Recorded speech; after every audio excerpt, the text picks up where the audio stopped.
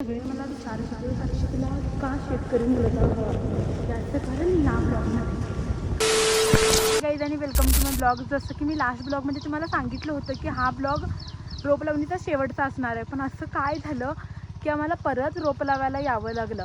तर व्हिडिओ शेवटपर्यंत बघा, याचं उत्तर तुम्हाला भेटणारच. कारण शेती हा माझा अभिमान आहे आणि जे कोण शेतकरी मुलांना कमीपणा दाखवत आहे त्यांच्या पाठीमागे साक्षी खंबीरपणे उभी राहणार. आणि जर माझ्या नशिबात शेतकरीच मुलाला करून घ्यायचं असेल तर मी खुशी खुशी करून घेईन, कारण मला त्याच्यात काहीही खालीपणा वाटत नाही.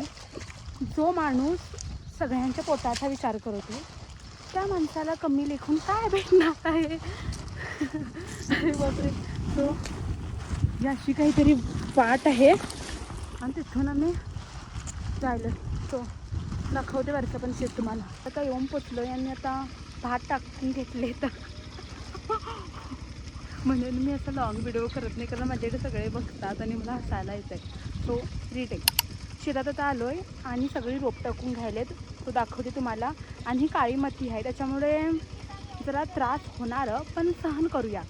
बघा तुम्ही पण.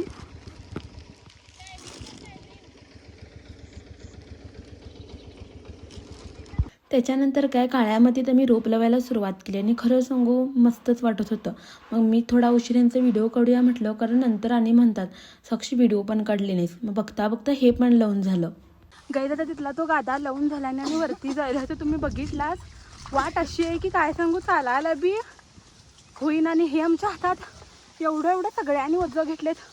मम्मी. सो म्हणतो ना आम्ही शेतात फक्त तुम्ही म्हणता मी व्हिडिओ काढायसाठी येतो, तर अजिबात तसं काही नाही आहे. काम करायसाठी पण येतो. मजा वेगळी गोष्ट आहे, पण जी ही शेताची फिलिंग आहे ती शेतात राबल्याशिवाय कुणालाच भेटणार नाही. सो तिथं तुम्हाला मी मिनी धबधबा दाखवते. एक मिनिट. आंबोलीचा धबधबा काय आमच्या नशिबात नाही, पण हा धबधबा आहे. सो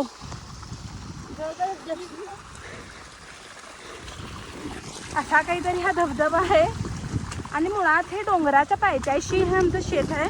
त्याच्यामुळे पाणी आम्ही पावसाच्या ह्याच्यावरच, जर पाऊस चांगला पडला तर भात चांगलं पिकेल असं आहे. बघा पावसात आहे अजिबात नाही आहे. ह्याच्या पाठीमागची टेक्निक तुम्हाला पाणी तिथं बाजूला व्हळ आहे, ते व्हळेचं पाणी आत घेतलेलं आहे. सो दाखवते तुम्हाला कसं केलेली आहे टेक्निक.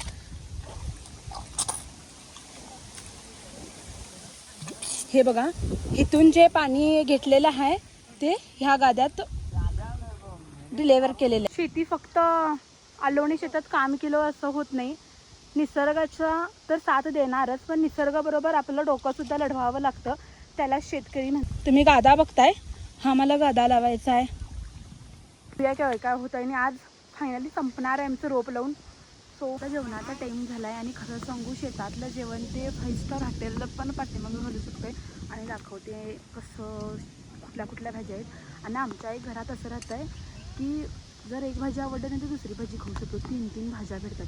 तर सध्या 2 भाज्या कमी घ्यायला पाहिजे. सो बघा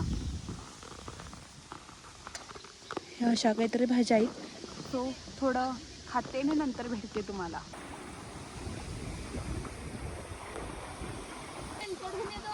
आमचं बरदान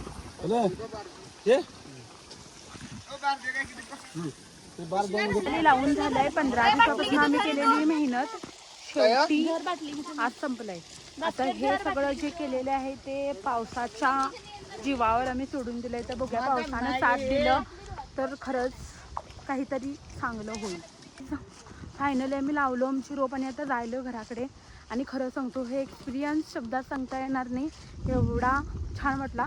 आता हा माझा व्हिडिओ बघून हे चिखल तुम्हाला कंटाळा वाटू शकतो, पण ह्याच सगळ्या चिखलानं तुमची 3 घासाचं जेवण तयार होतं हे मात्र विसरू नका. आणि थँक्यू.